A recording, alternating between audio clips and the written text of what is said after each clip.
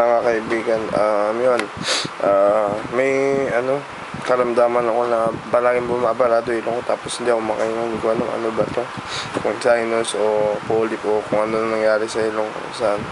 Basta yun, nahirapan ako pag yun, ito yung kwarto ko ngayon. Ngayon ay November 10, 2014. Ito ay para sa future, dedicated for the future, para kuwari pag malaki na o pag many years to come na mapupuyo ko ulit to, makikita ko ulit na yan, na ito pala yung dati kong ganito, tapos ganito na ako ngayon. Yan, ito yung kwarto. Yan. Yan, dito ako, ito yung kama ko. Yan.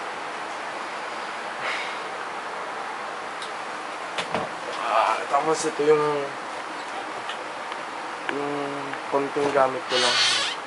Wala akong masyadong short, pero medyo maraming gamit, pero hindi na masyado, puro pa kami. Ayan.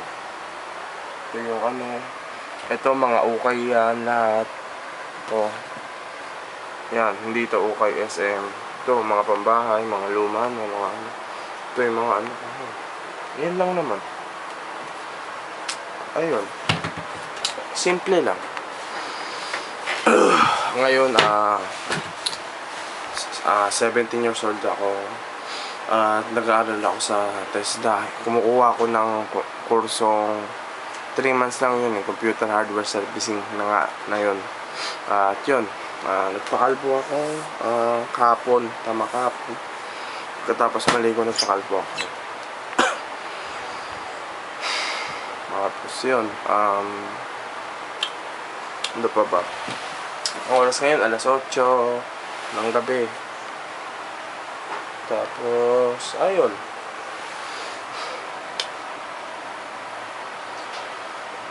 Ano pa ba? Electric pump. So,